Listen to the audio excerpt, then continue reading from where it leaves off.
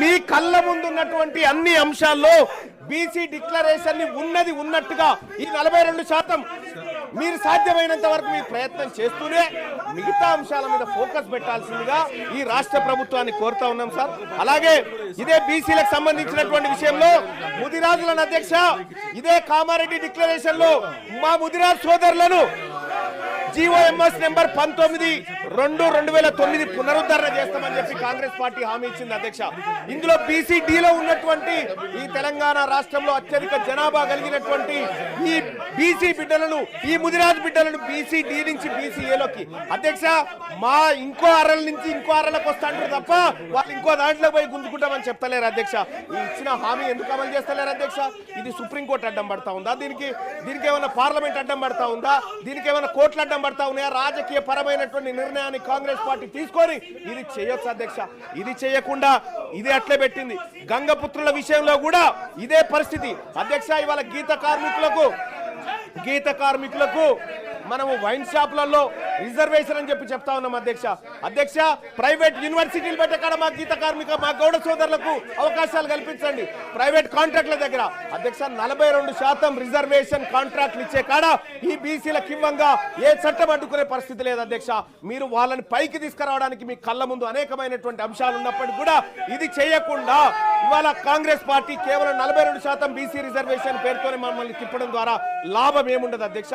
మీరు చేయాల్సిన ప్రయత్నం చేస్తూనే ఇచ్చిన హామీలను నెరవేర్చాల్సినటువంటి అవసరం ఉంది అధ్యక్ష. మత్స్యకారుల హక్కులకు సంబంధించి మత్స్య సామాజిక వర్గాల మధ్య పెండింగ్ లో ఉన్న సమస్యలు పరిష్కరించేందుకు త్వరితగతిన ప్రయత్నం చేస్తామన్నారు అధ్యక్ష. అదెటుపోయిందో అయితే గొర్రెల స్కీమ్ ను కాంగ్రెస్ పార్టీ ప్రభుత్వం ఏర్పడ్డ తర్వాత 100 రోజుల్లోనే 2వ విడత గొర్రెలు పంపిణీ చేస్తామన్నారు అధ్యక్ష. 2వ విడత గొర్రెల పంపిణీ కార్యక్రమం ఎటుపోయిందో కానీ ఇక్కడ మొదటి విడత గొర్రెల పంపిణీ కార్యక్రమంలో దోషులైనటువంటి వాళ్ళని ఇవాళ ప్రజాక్షేత్రంలో దోషులుగా నిలబెట్టలేకపోయింది. ఈ విషయంలో కాంగ్రెస్ పార్టీ కొంత ఇబ్బందికరమైనటువంటి పరిస్థితుల్ని సృష్టిస్తా ఉంది అధ్యక్ష. ఇక అలాగే వైన్స్ రిజర్వేషన్లు అధ్యక్ష. వైన్స్ ల విషయంలో 15% ఉండే గౌడ్లకు రిజర్వేషన్లు 25% పెంచుతామని చెప్పింది సార్ కామారెడ్డి డిక్లరేషన్ లో. కానీ ఇప్పటి వరకు పెంచిన దాఖలాలు లేవు సార్. మొన్న ఏదో నోటిఫికేషన్ కూడా ఇచ్చినట్టు ఉన్నారు. అలాగే జనగామ జిల్లాకు సర్దార్ సర్వాయి పాపన్న పేరు పెడతామని కాంగ్రెస్ పార్టీ పేజ్ నెంబర్ 18 తన ఎన్నికల మేనిఫెస్టోలో చెప్పింది సార్. ఇప్పటికీ దానిపైన చర్చ లేదు, దానిపైన ఎలాంటి నిర్ణయం తీసుకోలేదు అధ్యక్ష.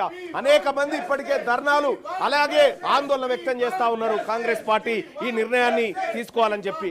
అలాగే మున్నూరు కాపుల విషయంలో కూడా అధ్యక్ష మొట్టమొదటిసారిగా మంత్రివర్గంలో ఒక మున్నూరు కాపు బిడ్డ కూడా మంత్రిగా లేకుండా పోయింది అధ్యక్ష. అలాగే మున్నూరు కాపు కార్పొరేషన్ ఏర్పాటు చేసి యువ పారిశ్రామికవేత్తలను ప్రోత్సహించేందుకు సబ్సిడీ రుణాలు పంపిణీ చేస్తామని చెప్పారు అధ్యక్ష. అది కూడా ఇప్పటి వరకు అతిగతి లేకుండా పోయింది అధ్యక్ష. పద్మశాలి బిడ్డలకు జగిత్యాల, నారాయణపేట, భువనగిరిలో మెగా పవర్ కస్ట్లను ఏర్పాటు చేస్తామని చెప్పారు అధ్యక్ష. పద్మశాలిలకు పవర్ లూమ్స్ పరికరాల పైన 90% సబ్సిడీ అని చెప్పారు అధ్యక్ష. ఎటుపోయినాయి అధ్యక్ష? ఈ కామారెడ్డి డిక్లరేషన్ లో కేవలం 42% స్థానిక సంస్థల రిజర్వేషన్లు కాదు అధ్యక్ష.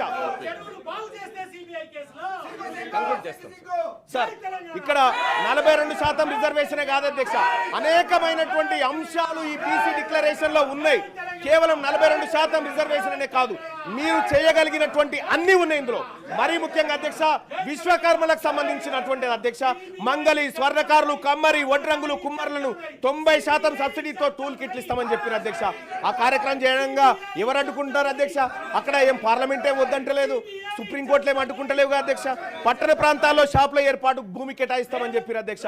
ఆ భూమి కూడా ఇప్పటిదాకా దాని మీద పరిశీలన కాదు కదా, కనీసం పట్టించుకున్న పాపాన పోలేదు అధ్యక్ష. మా రజక సోదరులకు, రజక యువతకు పట్టణాల్లో ల్యాండ్ రోమెంట్స్ ఏర్పాటు చేసేందుకు 10 లక్షలు ఇస్తామని చెప్పారు అధ్యక్ష.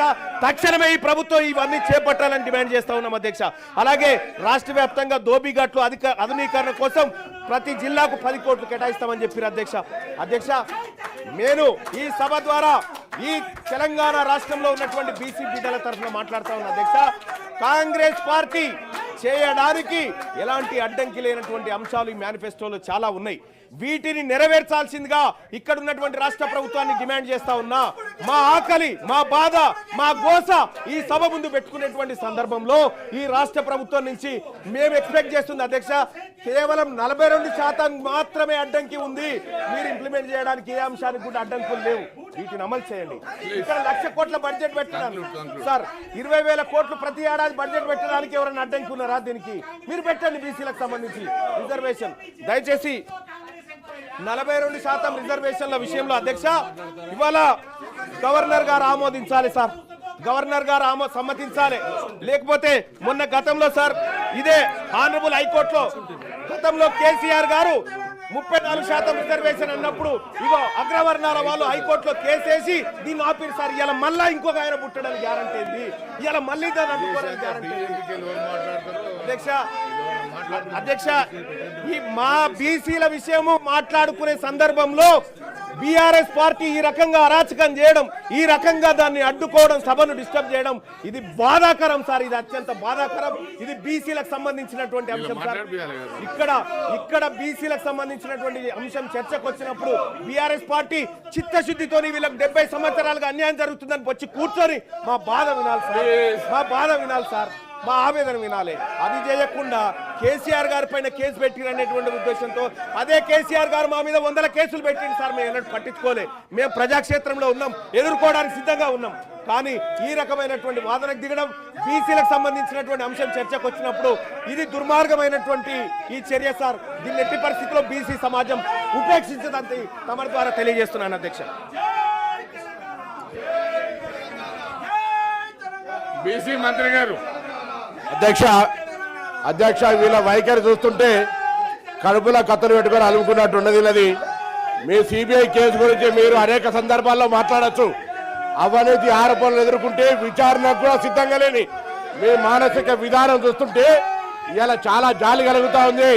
ఇవాళ 42% రిజర్వేషన్లకు బేసిక్ గా టీఆర్ఎస్ పార్టీ ఫ్యూడలిస్టిక్ పార్టీ వ్యతిరేకంగా ఉంది కాబట్టి ఇవాళ రిజర్వేషన్ల అంశం ఇక్కడ దానికి సంబంధించి పంచాయతీ రాజ్ మున్సిపల్ అడ్మినిస్ట్రేషన్ కోట ఎత్తేస్తుంటే ఇవాళ టీఆర్ఎస్ కావాల్సుకొని సిబిఐ పేరు మీద కార్యక్రమం చేస్తా ఉంది. ఏందా ఆరోపణలు ఎదుర్కొంటే విచారణకి ప్రజాస్వామ్యంలో విచారణకు ఎదుర్కొని నిర్దోషిగా నిలబడాలి. విచారణకు వచ్చినోడే ఈ విధంగా ధర్నాలు చేస్తే విచారణ ఎదుర్కోవాల్సినటువంటి వాళ్ళు ఈ విధంగా ప్రొటెస్ట్ చేస్తే ఇవాళ తెలంగాణ మొత్తం సమాజం గమనిస్తా ఉంది. బీఆర్ఎస్ పార్టీ బీసీల పట్ల ఉన్న వైఖరి, బీసీల పట్ల ఉన్నటువంటి ప్రేమ ఏ విధంగా కనబడుతుందో చూస్తా ఉన్నాం. డెఫినెట్లీగా ఇది ప్రజలు గమనించాలి. తెలంగాణ ప్రజలంతా గమనిస్తారు. బీఆర్ఎస్ వైఖరి ఏ విధంగా అయితే బీసీలకు సంబంధించి రిజర్వేషన్లు అడ్డుకోవడానికి చేస్తా ఉన్నారు.